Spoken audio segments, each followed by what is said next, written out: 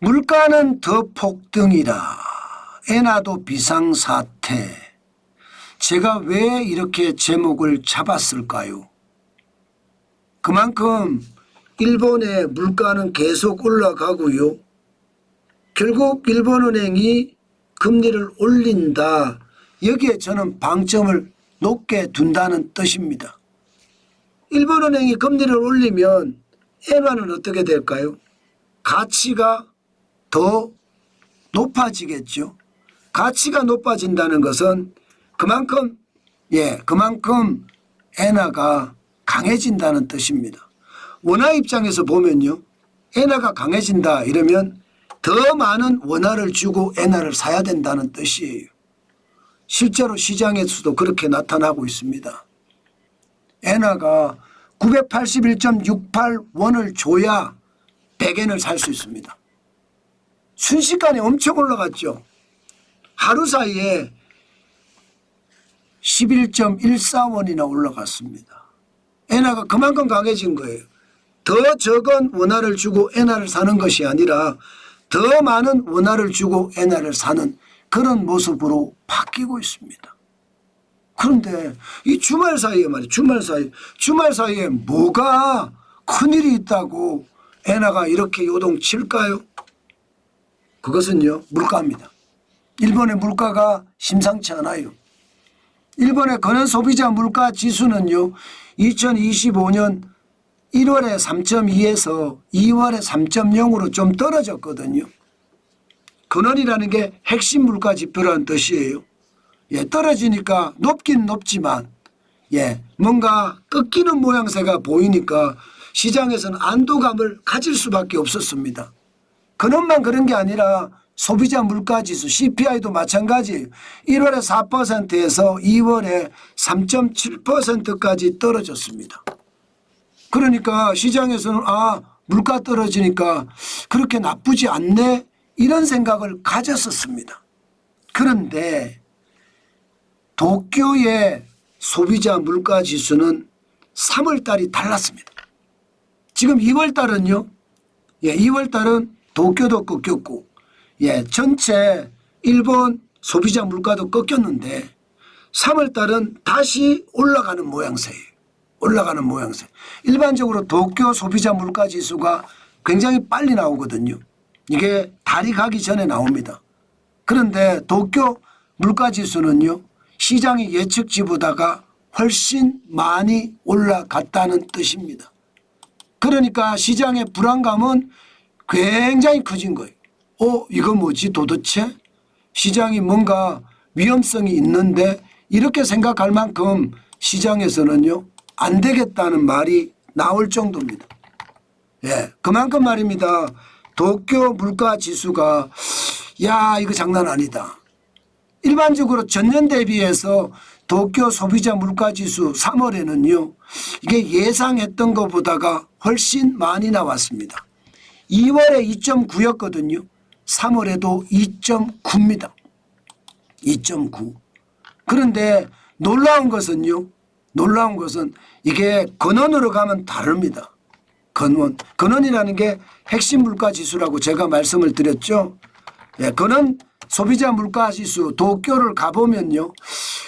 이게 3월에는 심각한데 이런 생각을 들게 됩니다. 왜냐하면 시장에서는 2월에 2.2%였는데 3월에 2.4%로 올라갔거든요. 결국은 물가 못 잡았다예요. 이렇게 되면 일본 소비자 물가 지수, 일본 전체 소비자 물가 지수도 올라갈 수밖에 없을 거예요. 그중에서도 근원 소비자 물가 지수가 올라간다고 하니 이게 당연히 말입니다. 금리를 올린다는 이야기가 나오는 거죠. 이렇게 되면 3월에도 금리를 올리겠다. 이런 게 시장의 대체적인 전망이에요. 3월에도 금리를 올리겠다. 지금 일본의 기준금리는 0.5%입니다. 그런데 3월 19일 날도 동결시켰거든요. 그런데 5월에는 지금 올릴 수밖에 없지 않나 이렇게 봅니다. 5월은 5월 20일이거든요. 그러니까 시장에서는 두렵고요. 심지어 시장에서는요. 5월 20일까지 안 기다릴 수도 있다. 4월에 올릴 수도 있다. 이런 얘기가 나올 정도입니다. 물가가 너무 많이 올라가니까요. 자, 이렇게 되면 여러분, 일본이 기준금리를 계속 올린다는 이야기잖아요. 일본의 기준금리를 계속 올리면 아마 말입니다.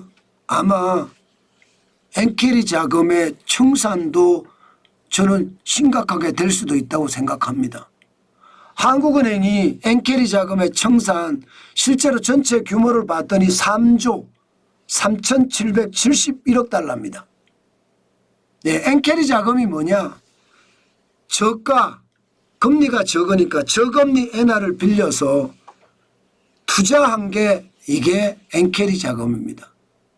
쉽게 말하면 엔화를 빌려서 유럽에서도 주식에도 투자하고 부동산에도 투자하고 미국에서도 엔화 빌려서 미국 주식에도 투자하고 미국 부동산에도 투자하고 한국도 마찬가지겠죠. 일본에서 돈을 빌려서 한국 주식시장에도 투자하고 채권 시장에도 투자하고 부동산 시장에도 투자했다. 이렇게 봐야 되는데 그 규모가 4,946조나 됩니다. 저는 이게 금리가 올렸을 때 타격이 될 수밖에 없다고 봅니다. 그러면 여러분, 그러면 엔화의 위험성은 더 커질 거예요. 지금 일본 거주자 해외 정권 투자액이 3조 999억 달러거든요. 글로벌 은행이 엔화를 대출한 것도 2,737억 달러고요. 비상업 엔화 선물도 35억 달러나 됩니다. 자, 이렇게 되면 결국 말입니다. 엔케리 자금의 청산까지 덮칠 수도 있다는 이야기잖아요. 그것은 시장의 위험성이 훨씬 클 수도 있습니다. 저는 그래서 시장을 지독하게 보고 여러분에게 말씀을 드리는데 상황은요. 일본이 금리를 인상하잖아요. 결국 말입니다. 더 많은 원화를 주고 엔화를 사야 될 수밖에 없는 그런 구조로 갈 수밖에 없다. 이렇게 봅니다. 지금은 988.83원이라고 이야기하지만 결국 1,000원을 줘야지 100엔을 살 수 있는 그런 시기가 그렇게 멀리 있는 것 같지는 않다. 그런 생각을 해봅니다.